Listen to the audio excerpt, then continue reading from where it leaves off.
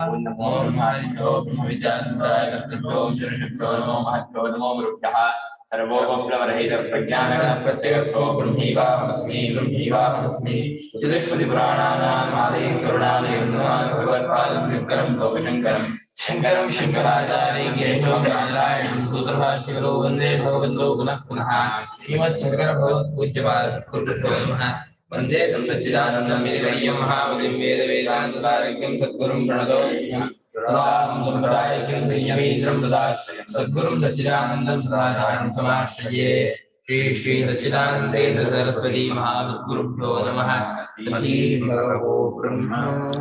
ओम सर्वधर्मान् परित्यज्य मामेकं शरणं व्रज अहं त्वा सर्वपापेभ्यो मोक्षयिष्यामि मा शुचಃ ಅನ್ನೋ ಶ್ಲೋಕದಲ್ಲಿ ಮಾಮೇಕಂ ಶರಣಂ ವ್ರಜ ಎಂಬುದರ ವ್ಯಾಖ್ಯಾನ ಭಾಷ್ಯ ಓದಬೇಕು.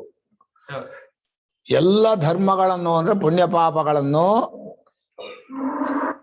ಪರಿತ್ಯಾಗ ಮಾಡಿ ಪೂರ್ಣ ಸಮಯವನ್ನ ತತ್ವ ವಿಚಾರಕ್ಕೋಸ್ಕರ ಮೀಸಿಡು. ಬೇರೆ ವಿಷಯ ಮಾತಾಡಬೇಡ, ಬೇರೆ ಕೆಲಸಕ್ಕೆ ಹೋಗಬೇಡ, ಬೇರೆ ದುಡಿಯಕ್ಕೆ ಹೋಗಬೇಡ, ಪುಣ್ಯ ಬೇಡ, ದುಡ್ಡು ಬೇಡ, ಭೋಗ ಬೇಡ, ಏನು ಬೇಡ. ಅದಕ್ಕೋಸ್ಕರವಾಗಿ ಪರಮಾತ್ಮನನ್ನೇ ಶರಣಾಗತಿ ಹೊಂದು ಅಂದ್ರು. ಇಲ್ಲಿ ಶರಣಾಗತಿ ಅಂದ್ರೆ ಭೇದ ಬುದ್ಧಿಯಿಂದ ಆಗೋದಲ್ಲ, ಪರಮಾತ್ಮನೇ ನಾನು ಅನ್ನುವಂಥ ಒಂದು ತಾದಾತ್ಮ್ಯತೆಯ ನೆಲೆಯಲ್ಲಿ ನಿಂತ್ಕೋ. ಪರಮಾತ್ಮನೇ ಬೇರೆ ಅಲ್ಲ, ನಾನ್ ಬೇರೆ ಅಲ್ಲ, ಅದೇ ಶರಣ ಅಂದ್ರೆ. ಶರಣ ಅನ್ನೋದು ಅಭಯ ಸ್ವರೂಪಕ್ಕೆ ಲಕ್ಷಣ. ಅಭಯ ಯಾವಾಗ ಅಂದ್ರೆ ಯಾವಾಗ ತಾನೇ ಆಗ್ತಾನೋ ಆವಾಗಲೇ ಅಭಯವೇ ಹೊರತು ಭೇದ ಬುದ್ಧಿ ಇದ್ರೆ ಭಯ. ಅದಕ್ಕೋಸ್ಕರವಾಗಿ ಭಾಷ್ಯಕಾರರು ಈಗ ಮಾಮೇಕಂ ಶರಣಂ ವ್ರಜ ಅನ್ನೋದಕ್ಕೆ ವ್ಯಾಖ್ಯಾನ ಬರೀತಾರೆ. ಮಾಂ ಏಕಂ ಸರ್ವಾತ್ಮಾನಂ ಸಮಂ ಸರ್ವಭೂತಸ್ಥಂ ಈಶ್ವರಂ ಅಚ್ಯುತಂ ಗರ್ಭಜನ್ಮ ಜರಾಮರಣ ವರ್ಜಿತಂ ಅಹಮೇವ ಇತ್ಯೇವಂ ಶರಣಂ ವ್ರಜ. ಮಾಂ ಅನ್ನೋ ಒಂದು ಮೂಲ ಪದಕ್ಕೆ ನನ್ನೊಬ್ಬನನ್ನೇ ಅಂದ್ರು. ಅಲ್ಲಿ ಹೋಗಲ್ವಾ? ಆಮೇಲೆ ಇಲ್ಲಿ ನನ್ನೊಬ್ಬನನ್ನೇ ಅನ್ನೋದ್ರಲ್ಲಿ ಅವಧಾರಣೆ ಅಪವಾದ ಏನು ಅಂದ್ರೆ ಬೇರೆ ಯಾವುದ್ರ ಬಗ್ಗೆನೂ ಹೋಗ್ಬೇಡ ಅಂತ. ಎಲ್ಲ ಕಡೆ ಇರುವಂತ ಪ್ರೇಮವನ್ನು ವಜಾ ಮಾಡು, ಎಲ್ಲಾ ಜ್ಞಾನವನ್ನು ಕೈ ಬಿಟ್ಟಾಕು. ಪರಮಾತ್ಮನೊಬ್ಬನೇ ಪರಮಾರ್ಥ ಒಂದೇ ಬೇಕು ಅಂತ ಇರಬೇಕು. ಅದೇ ಅನನ್ಯವಾದ ಭಕ್ತಿ, ಅನನ್ಯವಾದಂಥ ನಿಷ್ಠೆ. ಜ್ಞಾನಕ್ಕೋಸ್ಕರವೇ ಪೂರ್ತಿ ಇರ್ಬೇಕಲ್ಲ. ಜ್ಞಾನವೂ ಅಂದ್ರೆ ಸೆಕೆಂಡ್ರಿ, ಪ್ರಯೋಜನ ಇಲ್ಲ. ಆಗ ಅವನೇ ಬೇಕು ಅನ್ನುವಂಥ ಒಂದು ತಾದಾತ್ಮ್ಯತೆಯನ್ನ ಮಾಂ ಏಕಂ ಅಂದ್ರು. ಏಕಂ ಅನ್ನೋ ಶಬ್ದಕ್ಕೆ ಇನ್ನೊಂದು ಅರ್ಥ ಇದೆ. ನನ್ನೊಬ್ಬನನ್ನೇ ಅಂದ್ರೆ ನಾನೇ ಎಲ್ಲ, ಇನ್ನೊಂದು ಇಲ್ವೇ ಇಲ್ಲ. ಅದರಿಂದ ಸರ್ವಾತ್ಮಾನಂ, ಎಲ್ಲರ ಸ್ವರೂಪವೂ ಎಲ್ಲರ ಆತ್ಮನೂ ಆಗಿದ್ದಾನೆ ಅಂತ. ಇಲ್ಲಿ ಎಲ್ಲಾ ರೂಪದಿಂದ ಕಾಣುವಂತಹ ಜೀವರೂ ಅವನೇ, ಎಲ್ಲಾ ಜೀವರಾಗಿ ಎಲ್ಲರ ಆತ್ಮನಾಗಿರೋನು ಒಬ್ಬನೇ. ಹಾಗಾಗಿ ಸರ್ವಾತ್ಮಾನಂ ಸಮಂ ಸರ್ವಭೂತಸ್ಥಂ. ಸಮಂ ಅಂತ ಯಾಕೆ ಹೇಳಿದ್ರು? ಏಕರೂಪಂ. ಈ ದೇಹೇಂದ್ರಿಯಗಳ ನಡುವೆ ಈ ಪ್ರಾರಬ್ಧದಿಂದ ಬಂದದ್ದೆಲ್ಲ ವಿಷಮ. ಒಬ್ರು ಬುದ್ಧಿ ಒಂಥರ, ಒಬ್ರು ಕಣ್ಣು ಒಂಥರ, ಒಬ್ರು ಮನಸ್ಸು ಒಂಥರ, ಒಬ್ರು ದೇಹ ಒಂಥರ, ಒಬ್ರು ಆರೋಗ್ಯ ಒಂಥರ ಕೊಡು. ಬಹಳ ಮಂದಿ ಶಬ್ದದಿಂದ ಪರಮಾತ್ಮನು ಯಾವ ಜೀವಿಯ ಪುಣ್ಯ ಪಾಪಗಳ ಲೆಕ್ಕ ಇಟ್ಟುಕೊಂಡು ಅವರ ಹೃದಯದಲ್ಲಿ ಇಲ್ಲ. ಪರಿಶುದ್ಧನಾಗಿ ನಿರ್ಮಲನಾಗಿ ಹಿರಣ್ಯ ಗರ್ಭ ಅಂತ ಏನ್ ನೀವು ಕರಿತೀರೋ ಅಲ್ಲಿಂದ ಹಿಡಿದು ಅತ್ಯಂತ ಅಲ್ಪವಾದ ಪ್ರಾಣಿವರೆಗೆ ಏಕರೂಪನಾಗಿದ್ದಾನೆ, ವ್ಯತ್ಯಾಸವೇ ಇಲ್ಲ. ಅದನ್ನ ಸಮ ಅನ್ನೋ ಶಬ್ದಕ್ಕೆ ಒಂದೇ ಸ್ವರೂಪದಾಗಿ ಇರೋನು ಅಂತ ಅರ್ಥ. ಸರ್ವಭೂತಸ್ಥಂ ಸಮಂ ಅಂದ್ರು. ಇನ್ನು ಅವನು ಹೃದಯದಲ್ಲಿ ಇರೋದು ಏನು ಅಂದ್ರೆ ತುಂಬಾ ನಮ್ಮ ದೃಷ್ಟಿಯಿಂದ ಪ್ರಯೋಜನ ಉಂಟು. ನಾವು ಮಾಡೋದೆಲ್ಲ ರೆಕಾರ್ಡ್ ಮಾಡಬೇಕು. ಯೋಚನೆ ಮಾಡಿದ್ದು ಕರ್ಮ ಸಾಕ್ಷಿ ಅದಾಗತ್ತೆ ಯೋಚನೆಗೆ. ಎರಡನೇ, ನಮ್ಮನ್ನು ನಡೆಸ್ಕೊಂಡು ಹೋಗ್ಬೇಕು. ಮೂರನೇ, ನಾವು ಮಾಡಿದ್ದಕ್ಕೆ ಫಲ ಊಟ ಮಾಡಿಸ್ಬೇಕಲ್ಲ. ನಾವು ಮಾಡಿರೋ ಕರ್ಮಕ್ಕೆ ತಾನೇ ಫಲ ಊಟ ಮಾಡಿಸ್ಬೇಕು. ಅದನ್ನ ಸರ್ವ ಫಲ ಪ್ರದಾತ. ಸರ್ವ ಎಲ್ಲರನ್ನೂ ಸರಿಯಾದ ದಾರಿಯಲ್ಲಿ ನಡ್ಕೊಂಡು ಹೋಗ್ಬೇಕಾದ್ರೆ ನಡೆಸ್ಕೊಂಡು ಹೋಗ್ಬೇಕು. ಅವರವರ ದೇಹೇಂದ್ರಿಯಗಳಿಗೆ ಶಕ್ತಿಯನ್ನು ತುಂಬಬೇಕು. ಖಾಲಿ ಆಗ್ಬಿಡುತ್ತೆ ಇನ್ವರ್ಟ್ರ. ಅಂದ್ರೆ ಇಲ್ಲಿ ಮಾಮ್ ಅಂತ ಅಂದಾಗ ಶುದ್ಧ ಚೈತನ್ಯ ಆತ್ಮನನ್ನ ರೆಫರ್ ಮಾಡ್ತಿದಾರ ಅಥವಾ ಈಶ್ವರನನ್ನ ರೆಫರ್ ಮಾಡ್ತಿದಾರ? ಈಗ ಆರಂಭದ ವಿಚಾರ ದಶೆಯಲ್ಲಿ ಈಶ್ವರನೇ, ಅದಕ್ಕೆ ಈಶ್ವರಂ ಅಂತ ಬರ್ದಿರೋದು. ಮಾಮೇಕಂ ಸರ. ಈಗ ಇಲ್ಲಿ ಮುಂದೆ ಹೇಳ್ತಾರೆ, ತಿಳಿದ ಮೇಲೆ ಅವನೇ ನಾನು, ಇನ್ನು ನಾನ್ ಬೇರೆ ಉಳಿಯಲ್ಲ. ಅವಾಗ ಅದ್ವೈತವಾಗ್ಬಿಡುತ್ತೆ. ಎಲ್ಲಿವರೆಗೆ ವಿಚಾರವೂ ಭಕ್ತಿಯೂ ಸಾಧನವೂ ನಡೀತಾ ಇದೆಯೋ ಅಲ್ಲಿವರೆಗೆ ಕಲ್ಪಿತವಾದ ಅಧ್ಯಾರೋಪಿತವಾದ ಸ್ವಲ್ಪ ಭೇದ ಇರುತ್ತೆ. ಶಾಸ್ತ್ರ ಶಿಷ್ಯ ಬೆಳಗ್ಗೆ ಹೇಳಿದ್ರಲ್ಲ ಹಾಗೆ ಒಂದು ಸ್ವಲ್ಪ ಭೇದ ಇದೆ. ಪರಿತ್ಯಾಗ ಮಾಡಿ ಅವನನ್ನೇ ಹುಡುಕಬೇಕು ಅಂದ್ರೆ ಇವನು ಬೇರೆ ಅಂತ ಇಟ್ಕೊಳ್ತಾನೆ ಹುಡುಕಬೇಕು, ನಾನೇ ಆದ್ರೆ ಅಂತ ಹುಡುಕೋದು. ಅದನ್ನ ಸ್ವಲ್ಪ ಒಂದು ಉಪದೇಶಾದ ಅಯಂವಾದ ಅನ್ನೋದು ಕರೆಕ್ಟು. ಅಧ್ಯಾರೋಪಿತವಾದ ಸ್ವಲ್ಪ ಭೇದವನ್ನು ಇಟ್ಕೊಂಡು ಇವನು ನನ್ನನ್ನೇ ಶರಣಾಗತನಾಗುವುದು. ಇಲ್ಲಿ ಶರಣ ಅನ್ನೋ ಶಬ್ದಕ್ಕೆ ರಕ್ಷಣೆ, ಅಭಯ ಸ್ವರೂಪ, ಅಲ್ಲೇ ತಾದಾತ್ಮ್ಯತೆಯಿಂದ ಇರೋದು. ನಿಜವಾದ ಅಭಯದಲ್ಲಿ ಯಾರಿಗೆ ಪರಮ ಪ್ರೇಮದಿಂದ ತಾನೆಂಬ ಪ್ರೇಮ ಬರುತ್ತೋ ತಾನೇ ಅದು ಅಂತ, ಆವಾಗ ಅಭಯ ಶರಣಾಗತಿ, ಶರಣ ಸಿಕ್ತು ಅವನಿಗೆ, ರಕ್ಷಣೆ.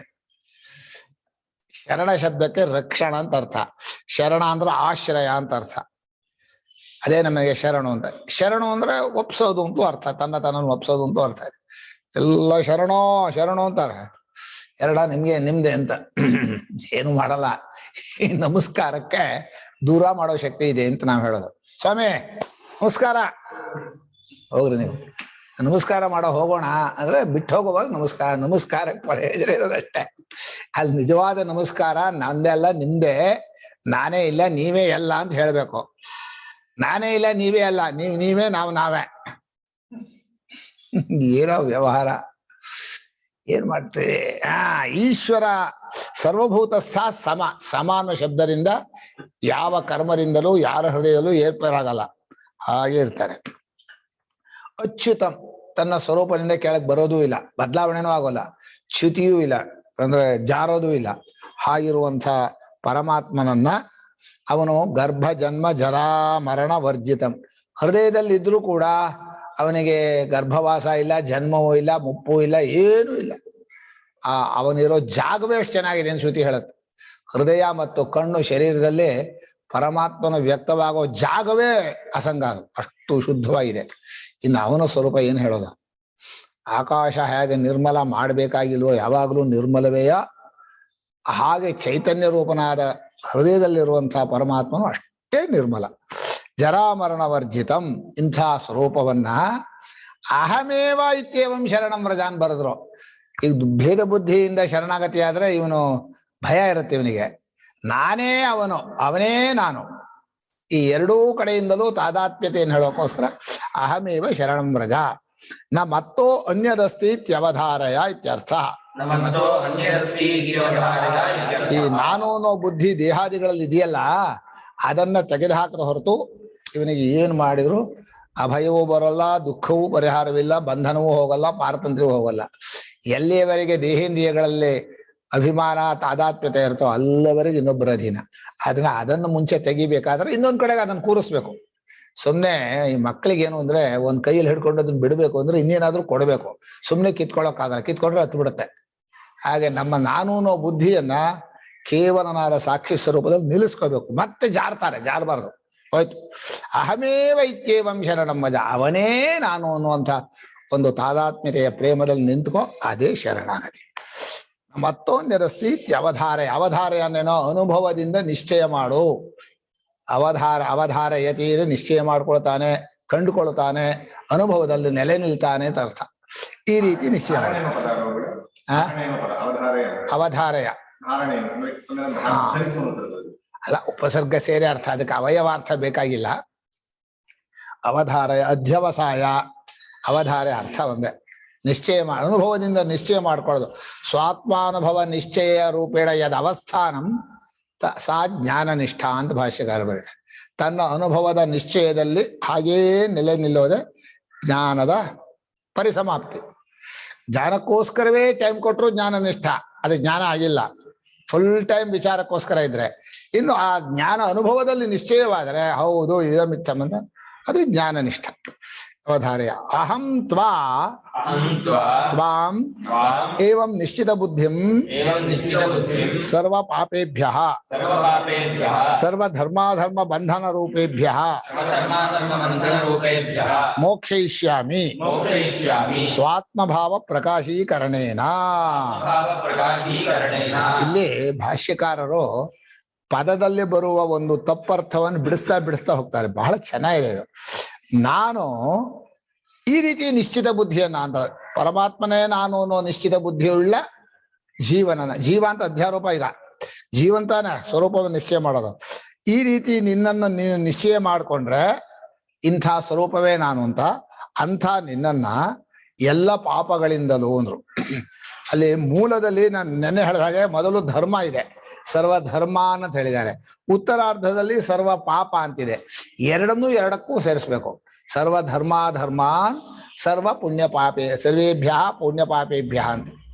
ಎಲ್ಲ ಪುಣ್ಯ ಪಾಪಗಳ ಎರಡನ್ನೂ ಬಿಡಿಸ್ತೇನೆ, ಧರ್ಮಗಳ ಎರಡನ್ನೂ ಬಿಡು. ಅಲ್ಲಿ ಧರ್ಮ ಕಾರ್ಯ ಅಂತ ಮಾಡಕ್ ಹೋದ್ರೆ ಟೈಮ್ ಸಿಗೋಲ್ಲ ಅನ್ನೋಕ್ಕೋಸ್ಕರ ಬಿಡು ಅಂದ್ರು. ಹೀಗೆ ಸರ್ವ ಪಾಪೇಭ್ಯ ಅಂತ ಪಾಪಗಳಿಂದ ಬಿಡಿಸ್ತೇನೆ ಅಂದ್ರೆ ಪಾಪಗಳಿಂದ ಬಿಡಿಸೋದಲ್ಲ ಮುಖ್ಯ, ಮುಂದೆ ಮೋಕ್ಷ ಇಷ್ಯಾಮಿ ಪದ ಇದೆ. ಪಾಪಗಳಿಂದ ಬಿಡಿಸೋದಕ್ಕೂ ಮೋಕ್ಷ ಇದಕ್ಕೂ ಏನ್ ಸಂಬಂಧ ಅಂದ್ರೆ ಪಾಪಗಳೇ ಬಂಧಕ್ಕೆ ಕಾರಣ ಅಂತ ಹೇಳಿ ಸರ್ವ ಧರ್ಮ ಬಂಧನ ರೂಪೇಭ್ಯ ಪಾಪೇಭ್ಯ ಅಂದ್ರು. ಧರ್ಮಗಳೇ ಒಂದು ರೀತಿ ಬಂಧನ. ಧರ್ಮಗಳಿಂದ ಶರೀರ ಬಂದಿದೆ, ಶರೀರದಿಂದ ಮಿಥ್ಯಾಭಿಮಾನ ಬಂದಿದೆ. ಅಲ್ಲೇ ಬಂಧನ ಅಂದ್ರೆ ಇನ್ನೊಬ್ಬರ ಅಧೀನವಾಗುವ ಸ್ವಭಾವ. ಏನ್ ಮಾಡೋದು ನಮ್ಮ ಕೈಲಿ ಆಗಲ್ಲ. ಅನೀಶಯ ಶೋಚತಿ ಮುಹ್ಯಮಾನ. ನಮ್ಗೆ ಗೊತ್ತಾಗಲ್ಲ, ನಮ್ಗೆ ಅರ್ಥ ಆಗಲ್ಲ, ನಮ್ಮ ಕೈಲಿ ಆಗಲ್ಲ. ಎಲ್ಲ ದೈನ್ಯ. ಮನುಷ್ಯನ ಜೀವನದ ಅತ್ಯಂತ ಕೆಟ್ಟದಾದದ್ದು ದೈನ್ಯ ಇರಲೇಬಾರದು. ಆತ್ಮವಿಶ್ವಾಸ ನನಗೆ ಏನು ಕೊರತೆ ಅಂತ ಬಹಳ ಜನ ಹೇಳ್ತಾರೆ, ಭಕ್ತಿ ಇದ್ರೆ ದೈನ್ಯತೆ ಬರುತ್ತೆ ಅಂತ. ಖಂಡಿತ ಸುಳ್ಳು. ಭಕ್ತಿಯೇ ಆತ್ಮವಿಶ್ವಾಸದ ಲಕ್ಷಣ. ಎಲ್ಲೆಲ್ಲ ಕುತ್ಸಿತವಾದ ವಸ್ತುವಿನಲ್ಲಿ ಪ್ರೇಮ ಇಟ್ಟು ಬಹಳ ನನ್ ಬೇಕಾದಷ್ಟಿದೆ ಅಂತ ಹೇಳಿ ಹನ್ನೊಂದು ಇನ್ನೊಂದು ಅಂತ ಹೆಮ್ಮೆ ಪಡ್ತಾರೆ. ಪರಮಾತ್ಮನಲ್ಲಿ ಪ್ರೇಮ ಇಟ್ಟವನಿಗೆ ದೈನ್ಯ ಬರುತ್ತ್ಯಾ? ಇಲ್ವೇ ಇಲ್ಲ. ಯಾರೇನ್ ಕೊಟ್ಟಾರ ಹೋಗು ಅಂತಾರೆ. ಸುಳ್ಳು ವಸ್ತು ಕೊಟ್ಟು ನಾನು ಬಹಳ ಕೊಟ್ಟೆ ಅನ್ಕೊಂಡು ಕೊಚ್ಕೊಳ್ಳೋ ಬೇಕಾಷ್ಟು ಜನ ಕಂಡಿದ್ದೀನಿ. ಪರಮಾರ್ಥ ಕೊಡೋನು ಅವನೊಬ್ಬನೇ, ಅವನ್ ತನ್ನನ್ನೇ ಕೊಡೋನು. ಗುರುಗಳೊಬ್ರು ತಿಳಿಸೋರು, ಗುರುಗಳು ಪರಮಾತ್ಮ ಇಬ್ಬರನ್ನ ಬಿಟ್ಟರೆ ಪ್ರಪಂಚದಲ್ಲಿ ಶುದ್ಧವಾದ ಪ್ರೇಮ ಇಲ್ಲ, ಬರೀ ಸ್ವಾರ್ಥ. ಹೀಗೆ ಧರ್ಮಗಳೇ ಬಂಧನ ಕಾರಣ. ಆ ಧರ್ಮಗಳ ಬಂಧನ ಅನ್ನೋದು ಮನುಷ್ಯನನ್ನ ಇನ್ನೊಬ್ಬರು ಅಡಿಯಾಳಾಗಿ ಮಾಡುತ್ತೆ. ಬಂಧನವಾದರೆ ಮನುಷ್ಯನಿಗೆ ದುಃಖ. ನೀವು ರೂಮಲ್ಲಿ ಕೂಡ ಹಾಕಿ ತಿಂಡಿ ಕಾಫಿ ಕೊಟ್ಟರು ರೂಮಲ್ಲಿ ಇರೋಕ್ಕಾಗಲ್ಲ. ಬೀಗ ಹಾಕ್ಬಿಟ್ಟು ನೀವು ಒಳಗಿರೋ ಕಿಟಕಿನ ಕೊಡ್ತೇನೆ ಅಂದ್ರೆ ಯಾರಿರ್ತಾರೆ? ಯಾವುದೇ ಬಂಧನ ಒಂದ್ ನಿಮಿಷವೂ ಸಹಿಸ್ಕೊಳಕ್ಕಾಗಲ್ಲ. ಇನ್ನೊಬ್ಬರ ಕೈ ಕೆಳಗಿರೋದು, ಇನ್ನೊಬ್ರು ಹೇಳದಂತೆ ಕೇಳೋದು, ಇನ್ನೊಬ್ಬರಿಗೆ ಟೈಮ್ ಕೊಡೋದು, ಅದು ಒಳಗಡೆ ನಮ್ಗೆ ಗೊತ್ತಾಗಲ್ಲ. ನಮ್ಮ ಕಾಮವೇ ಆ ರೀತಿ ಅಲ್ಲಿ ಬಂಧನಕ್ಕೆ ಕಳಿಸ್ತಾ ಇರುತ್ತೆ. ನಮ್ಗೆ ದುಡ್ಡು ಬೇಕೋ, ಆ ದುಡ್ಡಿಗೋಸ್ಕರ ಮಾಡ್ಬೇಕು. ಏನ್ ಮಾಡೋದ್ರೆ ದುಡ್ಡಿಗೋಸ್ಕರ ಕೆಲಸ ಟೈಮ್ ಕೊಡ್ಲೇಬೇಕು. ನಮ್ಮ ಟೈಮಲ್ಲಿ ಅಲ್ಲೇ ಹೋಯ್ತು. ಹೀಗೆ ಮನುಷ್ಯನಿಗೆ ತನ್ನತನವನ್ನ ಯಾವುದಕ್ಕೋ ಮಾರಿರ್ತಾನೆ. ನಾನು ಹೇಳ್ತೇನೆ, ಒಳ್ಳೆ ಭಗವಂತ ಒಳ್ಳೆ ಬುದ್ಧಿ ಒಳ್ಳೆ ಗುಣ ಎಲ್ಲ ಕೊಟ್ಟಿರ್ತಾನೆ, ತಗೊಂಡು ಆಂಗ್ಲ ವಿದ್ಯೆಗೆ ಮಾರ್ತಾರೆ, ಅವ್ರು ದುಡ್ಡು ಕೊಡ್ತಾರೆ ಅಂತ. ಅಯ್ಯೋ, ಇದಕ್ಕಿಂತ ಕೆಟ್ಟ ಜೀವನ ಉಂಟಾ ಅಂತ. ಹೀಗೆ ಧರ್ಮ ಬಂಧನ ರೂಪೇಭ್ಯ, ಧರ್ಮಗಳೆಂಬ ಬಂಧನ ಪಾರತಂತ್ರ ಕಾರಣವಾದ ಎಲ್ಲದರಿಂದಲೂ ಮೋಕ್ಷ ಇಷ್ಯ ಬಿಡಿಸ್ಬಿಡ್ತಾನೆ. ಹೇಗೆ? ನನ್ನ ಸ್ವರೂಪ ನಾನೇ ನೀನು ಬೇರೆ ಎಲ್ಲ ಅಂತಿದ್ದಾನು. ಪರಮಾತ್ಮನೇ ನಾನು, ನಾನೇ ಪರಮಾತ್ಮ ಅನ್ನೋ ಜ್ಞಾನ ಬಂದ್ಮೇಲೆ ನಾನು ನಿನ್ನ ಎಲ್ಲ ಬಿಡಿಸ್ತೇನೆ. ನನ್ನ ಸ್ವರೂಪದ ನಿಂತ ಮೇಲೆ ಯಾರು ಮುಟ್ಟಲ್ಲ. ಈ ಹಿಂದೆ ಮಾಡಿದ ಯಾವ ಪುಣ್ಯ ಪಾಪಗಳು ಮುಟ್ಟಲ್ಲ, ಮುಂದೆ ಮಾಡೋದು ಯಾವುದು ಮುಟ್ಟಲ್ಲ, ಈಗ ಮಾಡ್ತಾ ಇರೋದು ಮುಟ್ಟಲ್ಲ. ಪುಣ್ಯ ಪಾಪ ಇರಲಿ, ಶರೀರೇಂದ್ರಿಯಗಳು ಮುಟ್ಟಲ್ಲ, ದೇವತೆಗಳು ಮುಟ್ಟಲ್ಲ. ತಸ್ಯ ನಾಮಭೂತ್ಯ ದೇವಾಪೀಶತೆ ಅಂಥ ಒಂದು ಸ್ಥಾನ ನಾನು ಕೊಡ್ತೇನೆ ಅಂತ ಹೇಳಿ ಭಗವಂತ ಆ ಜಿಜ್ಞಾಸುವಾಗಿ ಹೊರಟವನಿಗೆ ಒಂದು ಶೂರಿಟಿ ಕೊಟ್ಟ. ನಾನಿದೀನ್ ಕಣಬಾರು ಅಂತ. ಉಕ್ತಂಚ, ಹೀಗೆ ಹಿಂದೆ 10ನೇ ಅಧ್ಯಾಯದಲ್ಲಿ ತೇಷಾಂ ಸತತ ಯುಕ್ತಾನಾಂ ಪ್ರೀತಿಪೂರ್ವಕಂ ದದಾಮಿ ಬುದ್ಧಿಯೋಗಂತಂ ಯೇನ ಮಾಂ ಉಪಜಾಯತೆ. ಮುಂದಿನ ಶ್ಲೋಕ ಹೇಳ. ಯೇಷಾಮೇವಾಲಕಂ ಪಾರ್ಥಮಹಂ ಅಜ್ಞಾನನಂದನಃ ನಾಶಯಾಮ್ಯಾತ್ಮಭಾವಸ್ಥೋ ಜ್ಞಾನದೀಪೇನ ಭಾಸ್ವರ. ಪರಮಾತ್ಮನು ಆ ವಿವೇಕ ಜ್ಞಾನವನ್ನು ಕೊಡುವುದರಿಂದ ಬಿಡಿಸ್ತೀನಿ ಇಂದ, ಅವನೇ ನೇರಾಗಿ ಬಿಡಿಸ್ತೀನಿ ಅಂತ ಹೇಳಿಬಿಟ್ರೆ ಪಕ್ಷಪಾತ ಬಂದ್ಬಿಡುತ್ತೆ. ಯಾರಿಗೆ ಬೇಕೋ ಅವ್ರನ್ನ ಬಿಡಿಸ್ತಾನೆ, ಯಾರು ಬೇಕೋ ಅವ್ರನ್ನ ಬಂಧನಕ್ಕೆ ಹಾಕ್ಬಿಡ್ತಾನೆ ಅಂತ. ಅದನ್ನು ಪರಮಾತ್ಮನ ಅನುಗ್ರಹ ಅಂದ್ರೆ ಆ ಸಾಕ್ಷಿಯ ಅನುಭವದ ಇದು ಬಲದಿಂದ ಅಂತಃಕರಣ ಜ್ಞಾನವನ್ನು ಪಡ್ಕೊಳ್ಳುತ್ತೆ. ಆ ಜ್ಞಾನ ದೀಪ ಅನ್ನೋದಕ್ಕೆ ಶಂಕರಾಚಾರ್ಯ ಬಹಳ ವಿಸ್ತಾರವಾಗಿ ಬರ್ದಿದ್ದಾರೆ. ಏನೇನ್ ಬರ್ದಿದ್ದಾರೆ ನೆನಪಿದೀನಾ? ನಾರಾಯಣ ನಿಮ್ಗೆ ಇಲ್ಲ. ಭಕ್ತಿ ಪ್ರಸಾರ ಸ್ನೇಹಾಭಿಯುಕ್ತೇನ ಬ್ರಹ್ಮಚರ್ಯಾದಿ ಸಾಧನ ಸಂಪತ್ ಪ್ರಜ್ಞಾವರ್ತಿನ ವಿರಕ್ತಾಂತಃಕರಣಾಧಾರೇಣ, ಆಮೇಲೆ ನಿತ್ಯ ವಿಷಯ ಸ್ಥೇನ ಜ್ಞಾನ ಸಮ್ಯಕ್ ದರ್ಶನ ಭಾಸ್ವತ ಜ್ಞಾನದೀಪೇನ ಇತ್ಯರ್ಥ. ಶಂಕರ ಭಾಷ್ಯ ಅಂದ್ರೆ ಭಾಷ್ಯ. ಜಗತ್ತಿನಲ್ಲಿ ಅಂಥ ಭಾಷೆ ಇನ್ನೊಂದಿಲ್ಲ. ಸುಮ್ಮನೆ ವೇಸ್ಟ್ ಬಾಕಿದೆಲ್ಲ ಓದೋದು ಅನ್ಯಾಯ, ಹಾಳು, ಟೈಮ್ ವೇಸ್ಟ್. ನಾಶಯಾಮ್ ಆತ್ಮಭಾವಸ್ಥ, ಅವರ ಬುದ್ಧಿಯ ಜೊತೆಯಲ್ಲಿ ಇದ್ಕೊಂಡು ಅಲ್ಲಿ ಆ ಬುದ್ಧಿಯಲ್ಲಿ ಜ್ಞಾನವೆಂಬ ಒಂದು ದೀಪವನ್ನು ಹಚ್ಚಿ ಅಜ್ಞಾನವನ್ನು ಓಡಿಸ್ತೇನೆ. ಅಲ್ಲಿ ಅವರಿಗೆ ಜೀವನದಲ್ಲಿ ಯಾವ ದುಃಖವೂ ಬರೋಲ್ಲ, ಯಾವ ಬಂಧನವೂ ಇಲ್ಲ, ಯಾವ ಕೊರತೆಯೂ ಇಲ್ಲ ಅಂತ ಹೇಳಿ ಅಹಂ ಅಜ್ಞಾನಜಂ ತಮಃ ಅವಿವೇಕತೋ ಜಾತಂ ತಮಃ ನಾಶಯಾಮಿ. ತಮಃ ಯಾವ ಭಕ್ತೆ?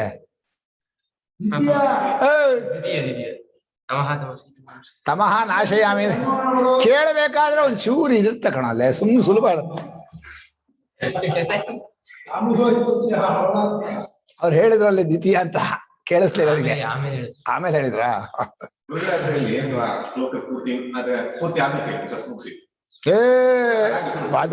ಶಂಕರ ಭಾಷ್ಯನ ಅಮೃತ ಅದು.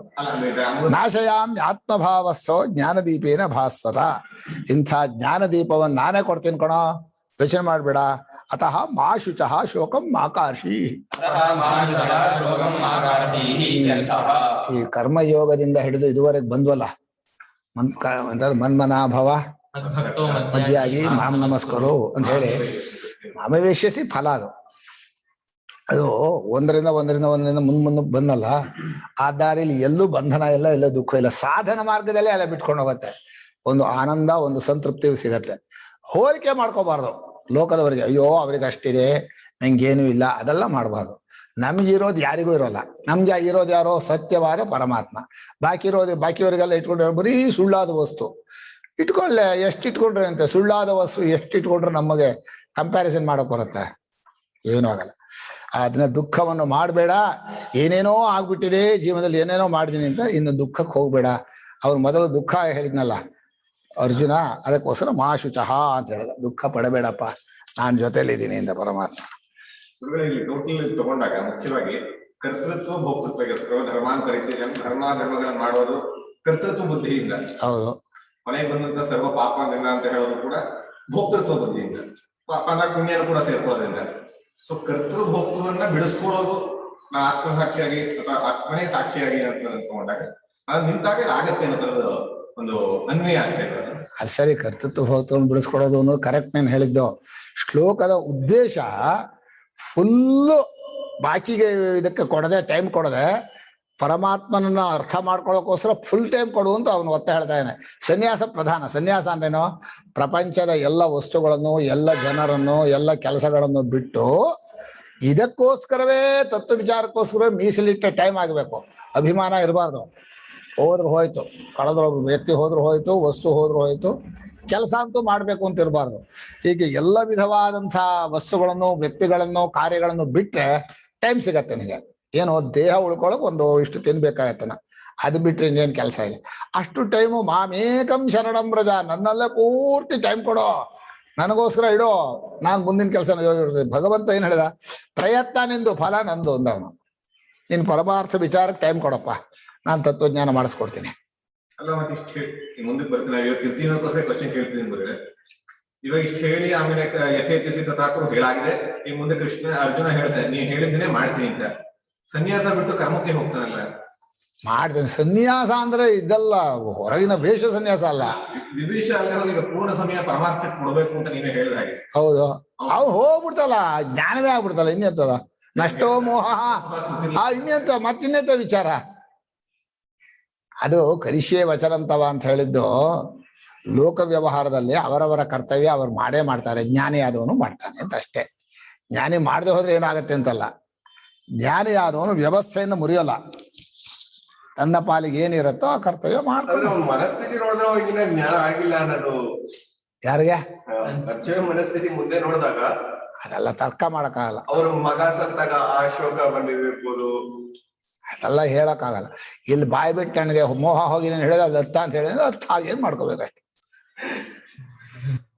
ಮತ್ತೊಬ್ಬರ ಚರ್ಯೆಯನ್ನು ನೋಡಿ ಅವರ ಜ್ಞಾನವನ್ನು ಅಳೆಯ ಮಾಡಕ್ ಆಗೋದೇ ಇಲ್ಲ. ಯಾರ್ದು ಅಳತೆ ಮಾಡಕ್ಕಾಗಲ್ಲ. ಅವ್ರನ್ನ ಮಾತಾಡಿಸ್ಬಿಟ್ರು, ಅದರಿಂದ ಅವ್ರಿಗೆ ಜ್ಞಾನ ಆಗಿಲ್ಲ. ಇದೆಲ್ಲ ಹುಚ್ಚು ಬುದ್ಧಿ ಅಷ್ಟೆ. ಅವ್ರು ಹೇಳಿರೋದು ಎರಡೇ ವಾಕ್ಯ. ಏನೋ ಯಜ್ಞಾತ್ವ ನ ಪುನರ್ಮೋಹಂ. ಯಾರ ಮಾತನ್ನ ಅನುಭವದ ಮಾತನ್ನ ಕೇಳಿದ್ರೆ ನಿನ್ನಲ್ಲಿರೋ ಅಜ್ಞಾನ ಹೋಗುತ್ತೋ ಅವರು ಜ್ಞಾನಿಗಳು. ಅವ್ರು ಹೇಗೆ ನಡ್ಕೋತಾರೆ ಅದನ್ನ ಜ್ಞಾನಿ ಅಂತ ಹೇಳಲಿಲ್ಲ ಅವನು. ಆದ್ರೆ ಅವ್ರಿಗೆ ಎಲ್ಲ ಶೋಕ ಮೋಹಗಳು ಮುಂದೆ ಹೋಗ್ಲೇ ಇಲ್ವಲ್ಲ, ಮತ್ತೆ ಮತ್ತೆ ಕೇಳ್ತಾನೆ, ಮತ್ತೆ ಆಮೇಲೆ ನೀಟಾಗಿ ಅನುಗೀತೆ ಹೇಳೋದಕ್ಕೆ ಕೇಳ್ತಾನೆ, ನಾ ಮತ್ತೆ ಹೋಗಿದೆ ನೀನ್ ಹೇಳಿದೇನು ಅಂತ ಈಗ ಅನುಗೀತೆ ಹೇಳೋಕೋಸ್ಕರ ಮತ್ತೆ ಕೇಳಿದ್ದಷ್ಟೇ. ಅನುಗೀತೆ ಎಲ್ಲರೂ ಹೇಳಿದ್ರೆ ಇನ್ನೊಂದ್ಸಲ ಹೇಳಿಸ್ಕೋಬೇಕಲ್ಲ. ಅರ್ಜುನಿಗೆ ಮೋಹ ಹೋಗಿಲ್ಲ ಅನ್ನೋದಿಲ್ಲ, 11ನೇ ಅಧ್ಯಾಯದಲ್ಲೇ ಹೋಗಿದ್ದಾನೆ. ಮೋಹೋಯಂ ವಿಗತೋ ಮಮ ಅಂತ 11ನೇ ಅಧ್ಯಾಯದಲ್ಲಿ ಹೇಳಿದ. ಕೊನೆಯಲ್ಲೂ ನಷ್ಟೋ ಮೋಹ ಸ್ಮೃತಿರ್ಲಬ್ಧ ಅಂತ ಕೊನೆ ಅಧ್ಯಾಯದಲ್ಲೂ ಹೇಳಿದ್ದಾನೆ.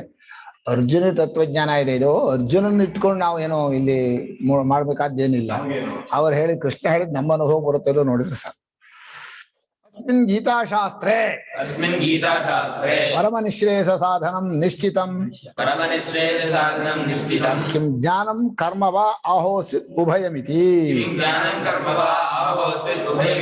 ಈ ಗೀತಾಶಾಸ್ತ್ರದಲ್ಲಿ ಅತ್ಯಂತ ನಿಶ್ರೇಯಸ, ಅತ್ಯಂತ ಆನಂದ, ಅತ್ಯಂತ ಮೋಕ್ಷಕ್ಕೆ ಸಾಧನ ಯಾವುದು? ಜ್ಞಾನವೋ ಕರ್ಮವೋ, ಜ್ಞಾನ ಕರ್ಮ ಎರಡೂನು ಅಂತ ಹೇಳಿ ಚರ್ಚೆ. ಆಚಾರ್ಯರ ಕಾಲದಲ್ಲಿದ್ದ ಚರ್ಚೆ ಈಗಲೂ ಮಾಡ್ತಾರೆ. ಈಗಲೂ ಬರೀ ಓದಿದ್ರಾಗಲ್ಲ, ಅನುಷ್ಠಾನ ವೇದಾಂತ ಆಗ್ಬೇಕು, ಅದನ್ನ ಆಚರಣೆಗೆ ಇಟ್ಕೋಬೇಕು. ಬರೀ ಸುಳ್ಳ. ಆಚರಣೆಯಿಂದ ಜ್ಞಾನ ಗೊತ್ತಾಗತ್ತಾ? ಯಾರು ಹೇಳ್ತಾರೆ? ಬರೀ ಓದಿದ್ರೆ ಎಲ್ಲ ಓದ್ತಾರೆ. ಇನ್ನು ಎಷ್ಟೋ ಜನ ಪವಾಡ ಮಾಡ್ಬೇಕು ಅಂತಾರೆ. ಹೌದಾ? ಪವಾಡ ಮಾಡಿದ್ರೆ ಅವ್ರ ಜ್ಞಾನಿಗಳು. ಯಾರಿಗೂ ಆಗದೆ ಇರೋ ಥರ ಇದ್ರೆ ನಡ್ಕೊಂಡ್ರೆ, ಒಂದು ಅನುಷ್ಠಾನ ಕತ್ಲೆ ಕೋಣಲ್ಲಿ ಯಾವಾಗಲೂ ಇದ್ಬಿಟ್ರೆ ಅವ್ರ ಜ್ಞಾನ ಹುಚ್ಚು. ಕುತ ಸಂಶಯ. ಏನ್ ಸ್ವಾಮಿ, ಯಾಕೆ ಈ ಥರ ಸಂಶಯ? ಜ್ಞಾನದಿಂದಲೋ ಕರ್ಮದಿಂದಲೋ ಎರಡೂ ಸೇರಿನೋ? ಯಾಕೆ ಸಂಶಯ ಅಂದ್ರೆ, ಸಂಶಯ ಹುಟ್ಟಿಸ್ತೀವಿ ತಡೀರಿ. ಯಜ್ಞಾತ್ವಾಮೃತಮಶ್ನುತೆ ತಥೋ ಮಾಂ ತತ್ವತೋ ಜ್ಞಾತ್ವಾ ವಿಶತೆ ತದನಂತರಂ ಇತ್ಯಾದೀನಿ ವಾಕ್ಯಾನಿ ಕೇವಲ ಜ್ಞಾನ ನಿಶ್ರೇಯಸ ಪ್ರಾಪ್ತಿಂ ದರ್ಶಯಂತಿ.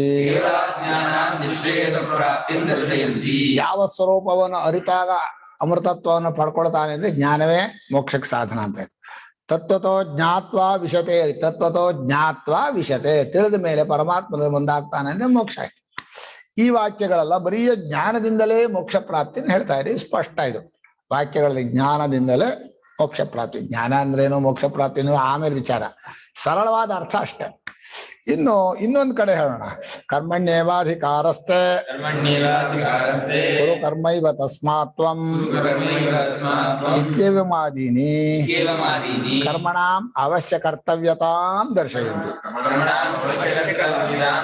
ಕರ್ಮ ಮಾಡ್ಲೇಬೇಕು ನೀನು, ಆದ್ರಿಂದ ಹಿಂದಿನವ್ರು ಮಾಡ್ಕೊಂಡಿರೋ ಕರ್ಮವನ್ನು ನೀನು ಮಾಡ್ತಾನೇ ಇರು ಅಂತ ಹೇಳಿ ಕರ್ಮವನ್ನು ಅವಶ್ಯವಾಗಿ ಮಾಡಬೇಕು ಅಂತ ಹೇಳಿದ್ದಾನೆ. ಅಲ್ಲಿ ಕರ್ಮದಿಂದ ಮೋಕ್ಷ ಅಂತ ಹೇಳಲಿಲ್ಲ ಅವನು. ಕರ್ಮವನ್ನು ಮಾಡಲೇಬೇಕು ಅಂತ ಕರ್ಮ ಮಾಡ್ತಾ ಇದ್ರೆ ಮೋಕ್ಷ ಅಂತ ಆರ್ಥಿಕ ಅರ್ಥ.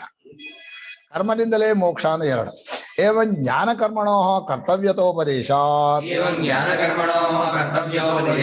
ಸಮುಚ್ಚಿತಯೋರಪಿ ನಿಶ್ರೇಯಸ ಹೇತುತ್ವಂ ಸ್ಯಾತ್ ಇತಿ ಭವೇತ್ ಸಂಶಯ ಕಶ್ಚಿತ್. ಹೀಗೆ ಎರಡನ್ನೂ ಮಾಡ್ಲೇಬೇಕು ಅಂತ ಹೇಳಿದ್ರಿಂದ, ಎರಡೂ ಕರ್ತವ್ಯ ಅಂತ ಹೇಳಿದ್ರಿಂದ, ಎರಡೂ ಒಟ್ಟಿಗೆ ಮಾಡಿಬಿಟ್ರೆ ಜ್ಞಾನ ಕರ್ಮವನ್ನ, ಅವಾಗ ಮೋಕ್ಷಕ್ಕೆ ಸಾಧನ ಆಗತ್ತೆ ಅಂತ ಯಾರಿಗಾದ್ರೂ ಸಂದೇಹ ಬರಬಹುದು. ಅದಕ್ಕೋಸ್ಕರ ವಿಚಾರ. ಈಗ ವಿಚಾರ 18ನೇ ಬಹಳ ದೊಡ್ಡ ವಿಚಾರ ಇದಾವೆ, ತುಂಬಾ ವಿಚಾರ ಮಾಡ್ತಾರೆ. ಶಂಕರಾಚಾರ್ಯರ ಕಾಲದಲ್ಲಿ ಜ್ಞಾನ ಕರ್ಮ ಸಮುಚ್ಚಯ ಅನ್ನೋದು ಬಹಳವಾಗಿತ್ತು. ಈಶಾವಾಸ್ಯದಲ್ಲಿದೆ, ಬೃಹದಾರಣ್ಯಕದಲ್ಲಿದೆ, ಎಲ್ಲ ಕಡೆಯಲ್ಲೂ ಇದೆ. ಈಗಲೂ ಬರೀ ತಿಳ್ಕೊಂಡ್ರಾಗಲ್ಲ, ಆಮೇಲೆ ಅನುಷ್ಠಾನ ಮಾಡಬೇಕು. ಏನಪ್ಪಾ ಅವ್ರು ಏನ್ ಮಾಡ್ತಾರೆ? ತಿಲಕರು ಕರ್ಮ ಒಂದೇ ಹೇಳ್ತಾರೆ, ಜ್ಞಾನವೂ ಕರ್ಮ ಕರ್ಮವೇ ನಿಜವಾದಂತಹದ್ದು. ಆಸಕ್ತನಾಗಿ ಕರ್ಮ ಮಾಡು ಅಂತ ಹೇಳ್ತಾರೆ, ಅದು ಬೇರೆ. ಇವ್ರು ಹಾಗಲ್ಲ. ನೀವು ವೇದಾಂತ ಓದಿದ ಮೇಲೆ ಏನು ಅನುಷ್ಠಾನ ಮಾಡ್ತೀರಿ ಅದ್ಮೇಲೆ ಲೆಕ್ಕ ಅಂತ. ಸನ್ಯಾಸ ಮಾಡಿದ್ಮೇಲೆ ಅನುಷ್ಠಾನ ಮಾಡ್ಬೇಕಲ್ವಾ ಅಂತಾರೆ. ಅನುಷ್ಠಾನ ಮಾಡಕ ಸನ್ಯಾಸ ಮಾಡೋದು, ಅನುಷ್ಠಾನ ಬಿಡೋಕ? ಈಗ ನೀವು ವ್ಯಾವಹಾರಿಕವಾಗಿ ನೋಡಿದರೆ ಎಲ್ಲ ಸನ್ಯಾಸಿಗಳು ಅನುಷ್ಠಾನ ಇಟ್ಕೊಂಡಿದ್ದಾರೆ. ಅನುಷ್ಠಾನ ಅನ್ನೋ ಶಬ್ದಕ್ಕೆ ಅರ್ಥ ವಿಚಾರ ಮಾಡೋದು ಅನ್ನೋದೇ ಪ್ರಧಾನ. ಅದನ್ನು ಬಿಟ್ಟು ಬೇರೆ ಬೇರೆ ಅನುಷ್ಠಾನನೂ ಮಾಡ್ತಾರೆ. ಅದು ಅವರವರ ಅಂತಸ್ತಿನ ಮೇಲೆ ಹೇಳ್ತಾರೆ. ಇದು ಸಮುಚ್ಚಯ ಅಂದ್ರೆ ಯಾವುದು? ಜ್ಞಾನಕರ್ಮ ಸಮುಚ್ಚಯ ಅಂದ್ರೆ ಹೇಗೆ ಅಂತ ಹೇಳ್ತಾರೆ. ಭಾಷ್ಯಕಾರ ಪ್ರಕಾರ ಜ್ಞಾನಕರ್ಮ ಸಮುಚ್ಚಯ ಆಗೋಲ್ಲ. ಆದ್ರೆ ಜ್ಞಾನಕರ್ಮ ಸಮುಚ್ಚಯ ಇನ್ನೊಂದ್ ಕಡೆ ಆಗತ್ತೆ. ಜ್ಞಾನ ಶಬ್ದಕ್ಕೆ ಅರ್ಥದ್ವಯ ಮಾಡ್ಬೇಕು. ಜ್ಞಾನ ಅಂದ್ರೆ ಉಪಾಸನಾ ರೂಪವಾದ ಜ್ಞಾನ ಆದ್ರೆ ಸಮುಚ್ಚಯ ಆಗತ್ತೆ. ಜ್ಞಾನ ಅಂದ್ರೆ ಅನುಭವ ರೂಪವಾದ ಜ್ಞಾನ ಆದ್ರೆ ಸಮುಚ್ಚಯ ಆಗಲ್ಲ. ಈಗ ಅವರು ಸಮುಚ್ಚಯದಿಂದ ಆಗತ್ತೆ ಅಂದ್ರೆ ಯಾವುದು ಅಂತ ಭಾಷ್ಯಕಾರರು ಕಿಂಪುನರತ್ರ ಮೀಮಾಂಸಾ ಫಲಂ ವಿಚಾರ ಮಾಡ್ಬೇಕಾದ್ರೆ ಸಂದಿಗ್ಧವಾಯ್ತು. ಸಂದಿಗ್ಧಂ ಸಪ್ರಯೋಜನಂ ವಿಚಾರಮರ್ಹತಿ. ಸಂದೇಹ ಇರಬೇಕು, ಪ್ರಯೋಜನ ಇರಬೇಕು, ಅದನ್ನೇ ವಿಚಾರ ಮಾಡ್ಬೇಕು. ಸುಮ್ಮನೆ ಜ್ಯೇಷ್ಠ ನಕ್ಷತ್ರ ಎಷ್ಟು ದೂರ ಇದೆ ಯಾತಕ್ಕೆ ವಿಚಾರ ಮಾಡ ಎಷ್ಟು ಎಲ್ಲ ಮನುಷ್ಯನಿಗೆ ಯಾರಿಗೂ ಪ್ರಯೋಜನ ಇಲ್ದಿರೋದೇ ವಿಚಾರ. ಅದಕ್ಕೆ ಖರ್ಚು ಸಿಕ್ಕಾಪಟ್ಟೆ. ಸ್ಯಾಟಲೈಟ್ ಹೊಡಿ ಅಲ್ಲಿ ಹೋಗುತ್ತೆ, ಅದು ಏನು ಹೋದ್ರೇನು ಮಾಡಿ ಚಂದ್ರಲೋಕಕ್ಕೆ ಹೋದ್ರು. ಈ ಲೋಕದಲ್ಲಿ ಇದ್ದೇ ಉತ್ತಾರ, ಇಲ್ಲಿ ಚಂದ್ರಲೋಕ ಏನೋ ಒಂದು ಅದ್ಭುತ ಅನ್ನೋದು ಮನುಷ್ಯನಿಗೆ ಬೆರಗು ಮಾಡುತ್ತೆ. ಅದಕ್ಕೆ ಎರಡು ಪ್ರಪಂಚದಲ್ಲಿ ತುಂಬಾ ಕೀರ್ತಿ ಇರ್ತಾರಲ್ಲ, ಅವ್ರಿಗೆ ಏನು ಜ್ಞಾನ ಇರಲ್ಲ, ಸುಮ್ಮನೆ ಹೆಸರು ಬಂದ್ಬಿಡುತ್ತೆ, ವೇಸ್ಟ್ ಅದು. ಇದು ಒಂದು ಅದ್ಭುತವಾದದ್ದು ನೋಡಿದ್ರೆ ಎಲ್ಲ ನೋಡಕ್ ಹೋಗ್ತಾರೆ. ಅವಾರ್ಡ್ ಏನೋ ಒಂದು ಮಾಡ್ಬೇಕು, ಸುಮ್ಮನೆ ಆಗಲ್ಲ. ಎಲ್ಲರ ಹಾಗೆ ಇದ್ರೆ ಏನ್ ಪ್ರಯೋಜನ? ಎಲ್ಲ 100 ಜನ ಇದ್ದಾರೆ, ಅಲ್ಲಿ ಏನ್ ನೋಡೋದೇನು ಅಂತ. ಹೀಗೆ ಅದ್ಭುತವನ್ನು ಪವಾಡವನ್ನು ಮಾಡೋದು ಒಂದು, ಬಹಳ ಕೀರ್ತಿಯನ್ನು ಸಂಪಾದನೆ ಅದು ಎರಡಾಗ್ಬಿಟ್ರೆ ಆಯ್ತು, ದುಡ್ಡು ಬರುತ್ತೆ. ಕಿಂಪದತ್ರ ಈ ಮೀಮಾಂಸಾ ವಿಚಾರದ ಫಲ ಏನಪ್ಪಾ ಅಂತ ಕೇಳಿದ್ರೆ, ನನು ಏತದೇವ ತೇಷಾಂ ಅನ್ಯತಮಸ್ಯ ಪರಮನಿಶ್ರೇಯಸ ಸಾಧನತ್ವ ಅವಧಾರಣಂ. ಈ ಮೂರಲ್ಲಿ ಯಾವುದು ಪರಮನಿಶ್ರೇಯಸಕ್ಕೆ ಮೋಕ್ಷಕ್ಕೆ ಸಾಧನ ಅಂತ ನಿಶ್ಚಯ ಮಾಡೋದೇ ಪ್ರಯೋಜನ. ವಿಚಾರಕ್ಕೆ ಪ್ರಯೋಜನ ಏನು ಅಂದ್ರೆ ಒಂದು ಕನ್ಕ್ಲೂಷನ್ ಬರಬೇಕು ಇದೆ ಅಂತ. ಮೂರು ಯಾವ್ಯಾವ್ದ? ಕರ್ಮ, ಜ್ಞಾನ, ಸಮುಚ್ಚಯ. ಕರ್ಮ ಒಂದು, ಕೇವಲ ಜ್ಞಾನವೋ ಕೇವಲ ಕರ್ಮವೋ ಎರಡು ಸೇರಿ ಕೇವಲ ಅತಃ ವಿಸ್ತೀರ್ಣತರಂ ಮೀಮಾಂಸ್ಯಂ ಏತದ್. ವಿಸ್ತಾರವಾಗಿ ಇದನ್ನು ಚರ್ಚೆ ಮಾಡ್ತೀವಿ ಅಂತ ಶುರು ಮಾಡಿದ್ರು. ದೊಡ್ಡ ಚರ್ಚೆ, 1866 ಎಷ್ಟು ಪೇಜ ಅಪ್ಪ ಬಾಬಾ, ದೊಡ್ಡ ಚರ್ಚೆ. ಈ ಚರ್ಚೆ ಮುಗಿದ್ರೆ ಮುಗಿತು. ಅದಕ್ಕೆ ಶಾಸ್ತ್ರಾರ್ಥೋಪಸಂಹಾರ ಚರ್ಚೆ. ಆತ್ಮಜ್ಞಾನಸ್ಯ ಕೇವಲಸ್ಯ ನಿಶ್ರೇಯಸ ಹೇತುತ್ವಂ ಭೇದ ಪ್ರತ್ಯಯ ನಿವರ್ತಕತ್ವೇನ ಕೈವಲ್ಯ ಫಲಾವಸಾಯಿತ್ವಾ. ಕೇವಲ ಆತ್ಮಜ್ಞಾನ ಒಂದೇ ಅಂದ್ರೆ ಇದರ ಜೊತೆ ಅಪೇಕ್ಷೆ ಇಲ್ಲದೆ ಅಂತ. ಕೇವಲ ಶಬ್ದಕ್ಕೆ ಕರ್ಮವಾಗಲಿ ಭಾವನೆಯಾಗಲಿ ಯಾವುದು ಬೇಡ, ಆತ್ಮಜ್ಞಾನ ಒಂದೇ. ಆತ್ಮಾನುಭವ ರೂಪವಾದ ನಿಶ್ಚಯ ಅದು ಆತ್ಮಜ್ಞಾನ. ಅದು ಒಂದೇ ನಿಶ್ರೇಯಸಕ್ಕೆ ಮೋಕ್ಷಕ್ಕೆ ಸಾಧನ ಅನ್ನೋದು.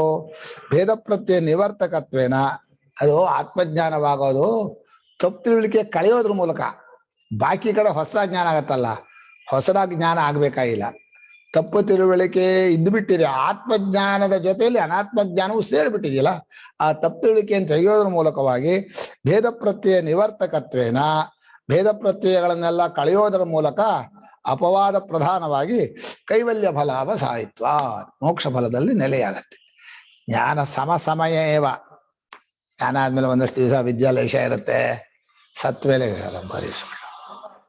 ಒಂದು ಅನುಭವ ಪ್ರಧಾನ ಅಲ್ಲ. ಸತ್ ಮೇಲೆ ಮೋಕ್ಷ ಆಗೋದ್ರಲ್ಲಿ ಯಾರ ಅನುಭವ ಬರುತ್ತೆ?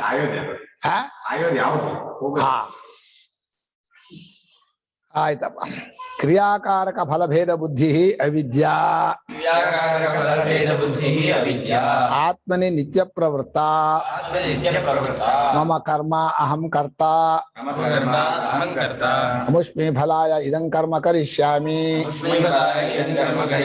ಇತಿ ಇಯಂ ಅವಿದ್ಯಾ ಅನಾದಿಕಾಲ ಪ್ರವೃತ್ತ. ಎಲ್ಲಾ ಕಡೆಯಲ್ಲೂ ಪ್ರತಿ ರೂಪವಾಗಿ ಹೇಳ್ತಾರಪ್ಪ. ಯಾಕೆ ಭಾವ ವಸ್ತು ರೂಪ ಅಂತ ಹೇಳ್ತಾರೋ ಗೊತ್ತಾಗಲ್ಲ. ಭಾಷ್ಯಕಾರು ದೇಹಾದಿಶು ಅನಾತ್ಮಸು ಆತ್ಮ ಬುದ್ಧಿ ಅವಿದ್ಯಾ ಅಂತ ಸ್ಪಷ್ಟವಾಗಿದೆ. ಸುಮ್ಮನೆ ಸಂಸ್ಕೃತ ಸರಳವಾಗಿ ಅರ್ಥ ಆಗಲ್ಲ, ಅದು ನಿಮ್ಗೆ ಅರ್ಥ ಆಗಲ್ಲ. ನಾನು ಅರ್ಥ ಮಾಡ್ತೀನಿ ಅಂತ ಅದಕ್ಕೆ ಅನಿರ್ವಚನೀಯ ಅಖ್ಯಾತಿ ಬೇಕಾದ ವಿದ್ಯೆಗೆ. ಯಾರಿಗೂ ಅರ್ಥವಾಗದೆ ಬರೆದ್ರೆ ದೊಡ್ಡವ್ರ ಅವ್ರ. ಇನ್ನೊಬ್ಬರಿಗೆ ಅರ್ಥವಾಗದೆ ಇರೋ ಹಾಗೆ ಮಾತಾಡಿದವನ ದೊಡ್ಡವರಾಗೋದಾದ್ರೆ ಈ ಎಲ್ಲ ಪ್ರಪಂಚದಲ್ಲಿ ಈ ಕುರಾನ್ ಕೂಗ್ತಾನಲ್ಲ, ನಮ್ಗೇನು ಅರ್ಥ ಆಗಲ್ಲ, ಭಾರಿ ದೊಡ್ಡವರ. ಸುಮ್ಮನೆ ಈ ತರ್ಕಶಾಸ್ತ್ರವೂ ಅಷ್ಟೇ, ಅವ್ರು ಅರ್ಥ ಆಗಲ್ಲ ನಿಮ್ಗೆ. ಯಾಕೆ ಅರ್ಥವಾಗದೆ ಹೇಳಕ್ ಬರಲ್ಲ. ಅರ್ಥವಾಗದೆ ಇರೋದನ್ನ ಹೇಳಿದ್ದೆ ನೀನ್ ದೊಡ್ಡವನಲ್ಲ, ಅರ್ಥ ಮಾಡಿಸ್ಕೊಡೋರು ದೊಡ್ಡರು. ಹಾಗಾಗಬೇಕು. ಈಗ ಭಾಷ್ಯಕಾರರು ಒಬ್ಬರೇ ಪ್ರಪಂಚದ ಅದ್ವಿತೀಯರು. ಕ್ರಿಯಾಕಾರಕ ಫಲಭೇದ ಬುದ್ಧಿ ಅವಿದ್ಯಾ ಅಂದ್ರು. ಕ್ರಿಯಾಕಾರಕ ಫಲಗಳಲ್ಲಿ ಭೇದ ಬುದ್ಧಿ ಇದೆಯಲ್ಲ, ಇದು ಕ್ರಿಯಾ ಸಾಧನ, ಇದು ಫಲ. ಮನುಷ್ಯನ ಪ್ರಪಂಚದಲ್ಲಿ ಏನ್ ನೋಡಿದ್ರು ಯಾತಕ್ ಬರುತ್ತೆ ಅಂತ ಯೋಚನೆ. ಈ ಕುರ್ಚಿ ಯಾತಕ್ ಬರುತ್ತೆ ಅಂದ್ರೆ ಕೂರೋಕ್ ಬರುತ್ತೆ, ಕಾರಕ, ಅಧಿಕರಣ ಕಾರಕ. ಪೆನ್ ಯಾತಕ್ ಬರುತ್ತೆ, ಬರೆಯೋಕ್ ಬರುತ್ತೆ. ಮನುಷ್ಯ ಇಡೀ ಪ್ರಪಂಚ ವಸ್ತು ಎಲ್ಲ ತನ್ನ ಪ್ರಯೋಗಕ್ಕೆ ಅಂತ ಮಾಡ್ಕೊಂಡೇನೆ. ಎಂಥ ಕೆಟ್ಟ ಮನುಷ್ಯ ನೋಡ್ರಿ. ಯಾತಕ್ಕೆ ಇರ್ಬೇಕು ಇಲ್ಲಿ ನಮ್ಗೆ ಪ್ರಯೋಜನ ಆಗದೆ ಹೋದ್ರೆ ಅಂತ.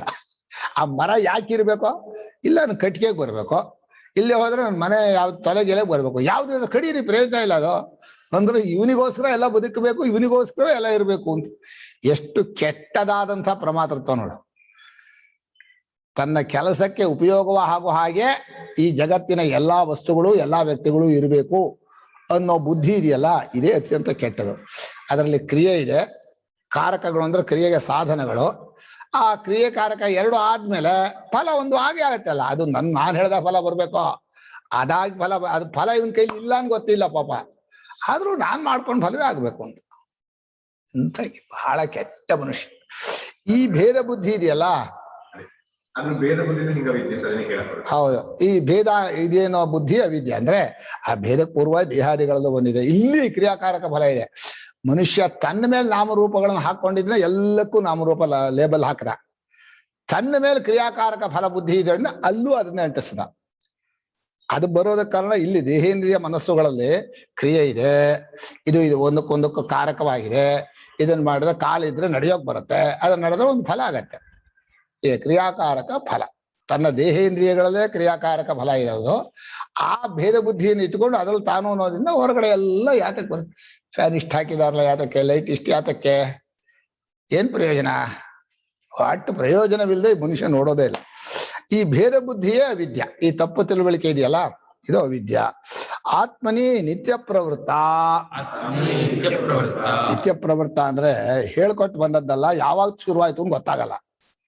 ಯಾರೋ ಹೇಳ್ಕೊಟ್ಟಿಲ್ಲ ಇದನ್ನ, ಮನುಷ್ಯ ಹುಟ್ಟಿದಾಗಿಂದ ಬಂದಿರೋದು. ಎಷ್ಟು ವರ್ಷದಿಂದ ಬಂದಿ ಅದೆಲ್ಲ ಇದಿಲ್ಲ. ಇದಕ್ಕೆ ಇಲ್ಲದೆ ಇರೋ ಅವಿದ್ಯೆ ಎಷ್ಟು ಟೈಮ್ ಆಯ್ತು ಅಂತ ಕೇಳೋಕ್ಕೂ ಆಗಲ್ಲ. ಎಷ್ಟು ವರ್ಷದಿಂದ ಬಂದಿರ್ಬೋದು ಅಲ್ಲ, ಅವಿದ್ಯೆ ಬಂದ್ಮೇಲೆ ಕಾಲ ಬರೋದು. ವರ್ಷ ಅಂತಾನೆ ಹೇಳಕ್ಕಾಗಲ್ಲ, ಟೈಮ್ ಅಂತ ಬಂದ್ಬಿಡುತ್ತೆ ವರ್ಷ ಅಂತ. ಏನ್ ಮಾಡೋಣ, ಭಾಷೆಗಿರೋ ದೋಷ ಯಾವಾಗ ಅಂತ ಕೇಳೋ ಹಾಗಿಲ್ಲ. ಏನ್ ಮಾಡೋದು, ಭಾಷೆ ಹೇಳುವಾಗ ಕಾಲ ದೇಶ ಇಲ್ಲದೆ ಭಾಷೆ ಬಳಸೋಕ್ ಬರಲ್ಲ.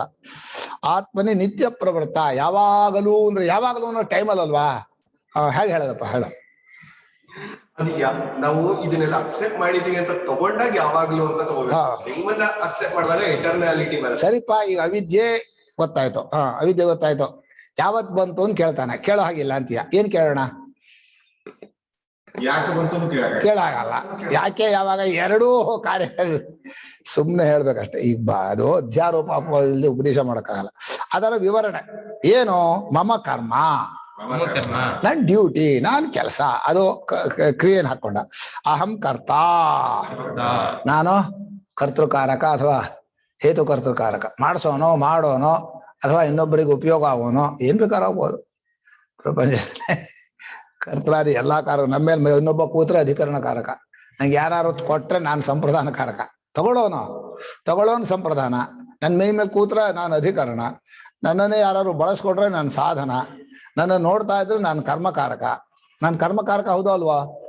ಯಾವಾಗ ಅಲ್ಲಪ್ಪ, ಬೇರೊಬ್ರು ನನ್ನನ್ನು ನೋಡ್ತಾರೆ ಅನ್ನೋ ಬುದ್ಧಿ ಸರಿನಾ? ನನ್ನನ್ನು ಬೇರೊಬ್ಬರು ಅವನಿರೋದಕ್ಕೆ ನಾನು ನೋಡ್ಬೇಕು. ಅವನ್ ನೋಡೋ ಅಂತ ಈ ನಾನು ನಿಜವಾದ ನಾನಲ್ಲ. ಅದು ಎಷ್ಟು ಕನ್ಫ್ಯೂಷನ್ ಆಗಿದೆ ಅಂದ್ರೆ, ನಾನ್ ನೋಡುವವನು ನನ್ನ ನೋಡುವಿಕೆ ತಪ್ಪು ತಿಳಿಕೆಯಿಂದ ಅವನಿಗೆ ಅಸ್ತಿತ್ವ ಕೊಟ್ವಿ. ಅವನ ನೋಟಕ್ಕೆ ನಾನು ಕರ್ಮ ಆದೆ. ಇದಕ್ಕೆ ನಮ್ಮ ಚೇತನ ಬಿಟ್ಟು ಬೇರೆಯವ್ರು ಯಾವ ಚೇತನನು ನಾನು ಕಾಣೋದು ಇಲ್ಲ. ಡ್ರೆಸ್ ಯಾಕೆ ಮಾಡ್ತೀಯಾ? ಡ್ರೆಸ್ ಯಾಕೆ ಮಾಡ್ಕೋತೀಯಾ? ನಾನು ಕಾಣ್ಬೇಕು ಅಂತಾನೆ ಇದೆ ನಿನಗೆ. ಇಲ್ಲೇ ಡ್ರೆಸ್ ಮಾಡ್ತಾರ? ದೇಹ ಭಾವ ಅಷ್ಟು ಒಳಗೆ ಹೋಗ್ಬಿಟ್ಟಿದೆ. ಅರೆ ಗೊತ್ತಾಗಿದೆಯಲ್ಲ, ಬಿಟ್ಬಿಡು ಈಗ. ಅಮುಷ್ಮಿ ಫಲಾಯ ಇದಂ ಕರ್ಮ ಕರಿಷ್ಯಾಮಿ. ಈ ಫಲಕ್ಕೋಸ್ಕರ ಈ ಕರ್ಮ ಮಾಡ್ತೀನಿ. ಇತಿ ಇಯಂ ಅವಿದ್ಯಾ ಅನಾದಿಕಾಲ ಪ್ರವೃತ್ತ.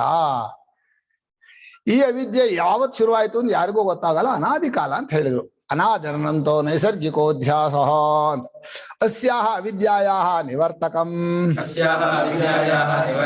ಅಯಮಹಮಸ್ಮಿ ಕೇವಲಃ ಅಕರ್ತ ಅಕ್ರಿಯಃ ಅಫಲಃ ನ ಮತ್ತಃ ಅನ್ಯೋಸ್ತಿ ಕಶ್ಚಿತ್ ಇತ್ಯೇವಂ ರೂಪಂ ಆತ್ಮವಿಷಯಂ ಜ್ಞಾನಂ ಉತ್ಪದ್ಯಮಾನಂ. ಈ ಕ್ರಿಯಾಕಾರಕ ಫಲಾತ್ಮಕವಾಗಿ ತನ್ನಲ್ಲೂ ಪ್ರಪಂಚದಲ್ಲೂ ಆರೋಪ ಮಾಡಿದಾನಲ್ಲ ತಪ್ಪು ತಿಳ್ಕೆಯಿಂದ, ಇದನ್ನ ನಿವೃತ್ತಿ ಮಾಡಬೇಕಾದ್ರೆ ಅಸ್ಯಾಹ ಅವಿದ್ಯಾಯಾಹ ನಿವರ್ತಕಂ ಜ್ಞಾನಂ, ಕಳೆಯುವಂತಹ ಜ್ಞಾನ ಯಾವುದು ಅಂದ್ರೆ ನಾನು ಯಾವಾಗಲೂ ಕರ್ತೃವಲ್ಲದವನು, ಕ್ರಿಯೆ ಇಲ್ಲದವನು, ಫಲವಾಗದವನು. ಅಕರ್ತ ಅಕ್ರಿಯ ಅಫಲಃ. ಕರ್ತೃವಲ್ಲ ಅಂದ್ರೆ ಕರ್ತೃಾದಿ ಯಾವ ಕಾರಕವೂ ಅಲ್ಲ ನಾನು. ಅಕ್ರಿಯ ಅಂದ್ರೆ ಯಾವ ವಿಕಾರವೂ ಕ್ರಿಯೆಯೂ ನನ್ನಲ್ಲಿ ಇಲ್ಲ. ಅಫಲಃ ಅಂದ್ರೆ ಯಾವ ಕ್ರಿಯಾಫಲವೂ ನಾನಲ್ಲ, ಕರ್ಮದ ಫಲವೂ ನಾನಲ್ಲ. ಆದ್ರಿಂದ ಮೂರು ಹೇಳಿದ್ರಲ್ಲ, ಆ ಮೂರು ಕೂಡ ನನ್ನ ಸ್ವರೂಪದಲ್ಲಿ ಇಲ್ಲ. ನಾನು ಯಾವ ನಿಜವಾದ ನನ್ನ ಸ್ವರೂಪವೋ ಅದು ಯಾವುದಕ್ಕೂ ಕರ್ತೃವೂ ಅಲ್ಲ, ಕರ್ಮವೂ ಅಲ್ಲ, ಅಧಿಕರಣವೂ ಅಲ್ಲ, ಈಶ್ವರ ಮಾಡಿಸೋದು ಇಲ್ಲ. ನ ಕರ್ತೃತ್ವಂ ನ ಕರ್ಮಾಣಿ ಲೋಕಸ್ಯ ಸೃಜತಿ ಪ್ರಭು ನ ಕರ್ಮ ಫಲ ಸಂಯೋಗಂ ಸ್ವಭಾವಸ್ತು ಪ್ರವರ್ತತೆ ನಾದತ್ತೇ ಕಸ್ಯಚಿತ್ ಪಾಪಂ ನ ಚೈವ ಸುಕೃತಂ ವಿಭು ಅಜ್ಞಾನೇನ ಆವೃತಂ ಜ್ಞಾನಂ ತೇನ ಮುಹ್ಯಂತಿ ಜಂತವ. ಬೈದ್ಬಿಟ್ರು ಶಂಕರಾಚಾರ್ಯರು. ಭಕ್ತಸ್ಯಾಪಿ ನ ಗೃಹಾತಿ ಅಂದ್ಬಿಟ್ರು. ಭಕ್ತನ ಪಾಪವನ್ನು ತಗೊಳ್ಳಲ್ಲ ಅಂದ್ಬಿಟ್ರು.